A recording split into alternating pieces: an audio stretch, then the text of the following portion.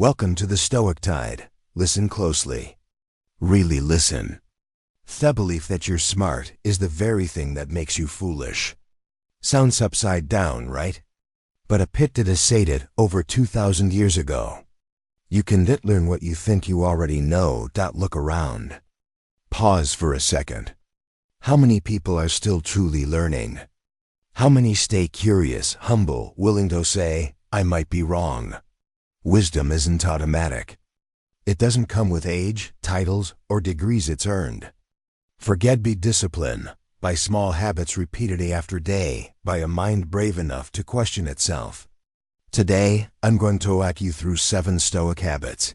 7 ways to become clearer, stronger, and far harder to manipulate. These aren't tricks to look smart.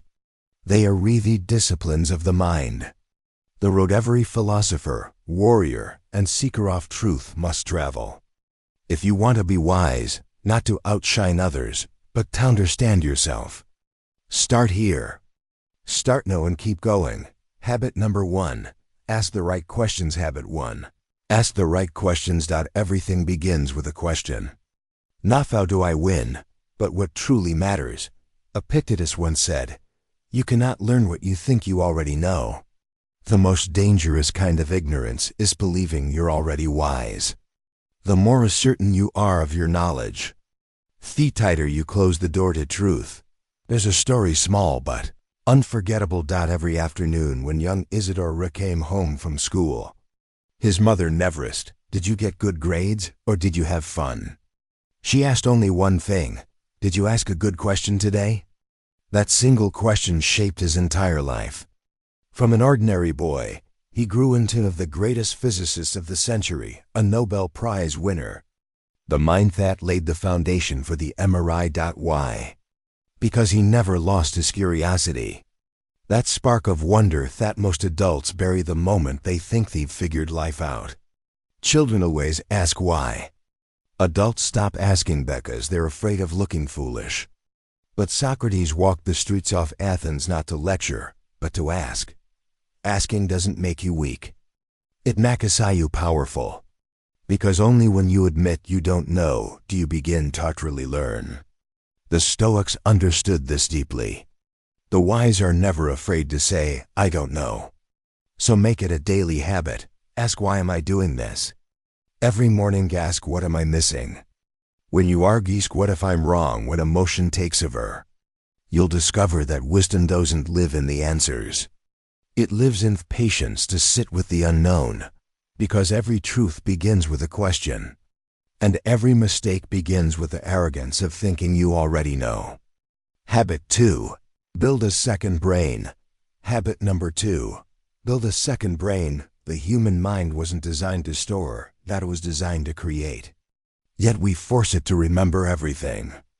Tasks, words, fears, emotions, ideas, and then wonder we were exhausted. When Joan Diane was 5, her mother gave her a small notebook. For 82 years, she kept writing in those notebooks, thousands of pages filled with thoughts, memories, and raw truth about being human. In one of them she wrote, we write to understand what we're, because writing is how the soul stays intact. General James Mattis did the same. He called them his books of wisdom, pages where he recorded lessons, mistakes, and words remembering. And when the moment came to make impossible decisions on the battlefield, those books guided him. Your brain isn't meant to hold everything. It's meant to think. So build yourself a second brain. A place to capture every idea, every listen, every phrase that stirs something inside you, every mistake you never want to repeat. Don't let your insights vanish like smoke. The Romance had a saying, no one should read without taking notes. Writing is a conscious act. It tells your mind, this matters. Remember it. Marcus Aurelius did too in Meditations. He didn't write for anyone else. He wrote to himself to remember who he was trying to become. When you write, you see your mind stripped bare. And when you read it back, you see how far you've come. So write not to impress the world, but never lose yourself. Habit 3. Habit number 3. Listen more than you speak, listen more than you speak. Zeno, the founder of Stoicism, once taught, God gave us 2 ears and 1 mouth so we could listen twice as much as we speak. But today, the world has flipped that upside down. Everyone wants to talk, few want to listen. Everyone wants to be understood, yet so few try to understand. Among Zeno's students, Aristo loved to talk. Cleanthe, on the other hand, listened.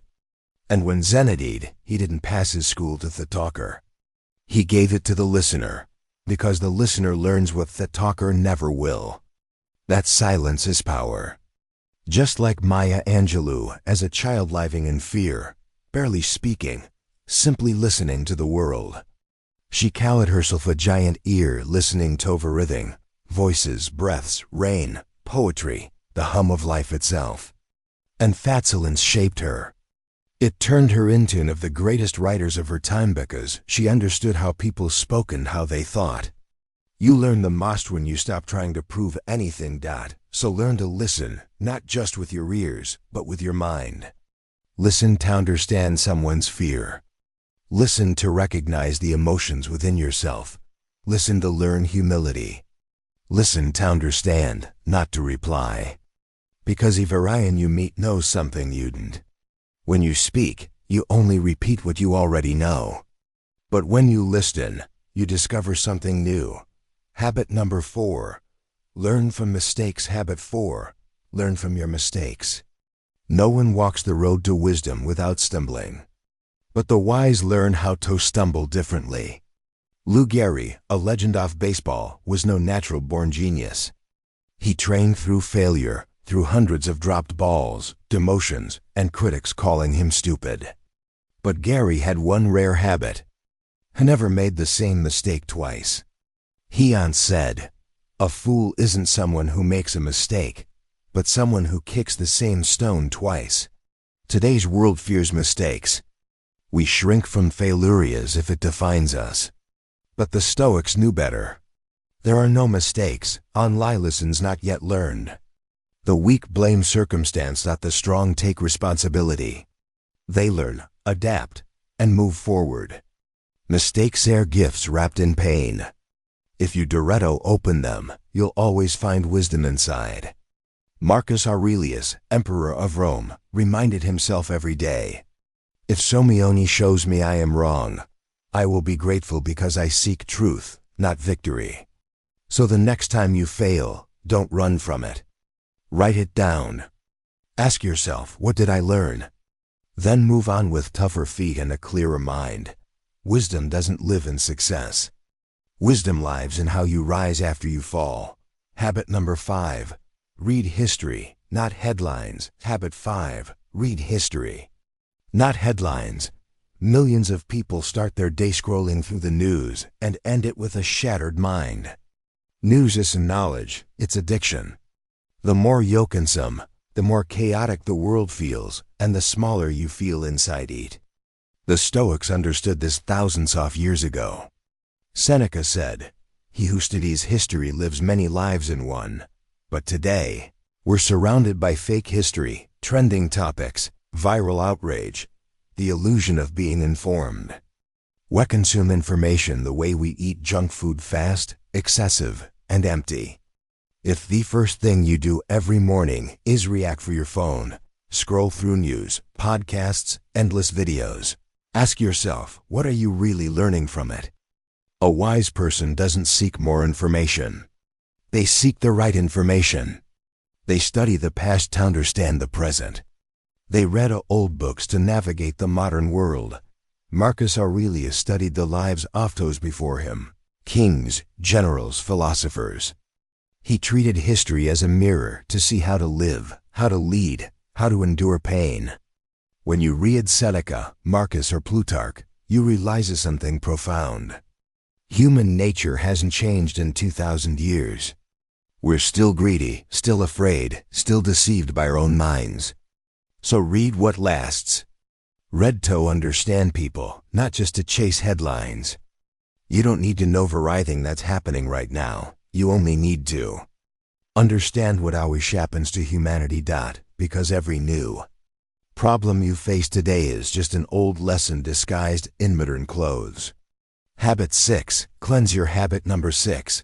Cleanse your information diet. Picture this.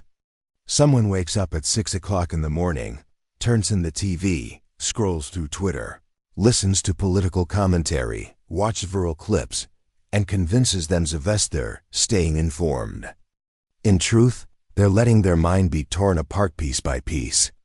Garbage in, garbage out. If you feed your mind trash, your mind becomes a landfill. Schopenhauer once said, "The art of not reading is just as important as the art of reading. Choose carefully. Just like with food, only consume what nourishes your intellect and your soul. Stop feeding on what makes you angry, envious, or anxious, because what you consume becomes who you are."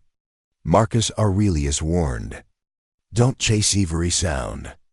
Keep the oasis of your mind at peace." The wise don't absorb more information. They filter it. Ask yourself, does this information help me live better? Does it bring me peace or chaos? Does it come from real experience here, just noise? The world will never slow down for you to think.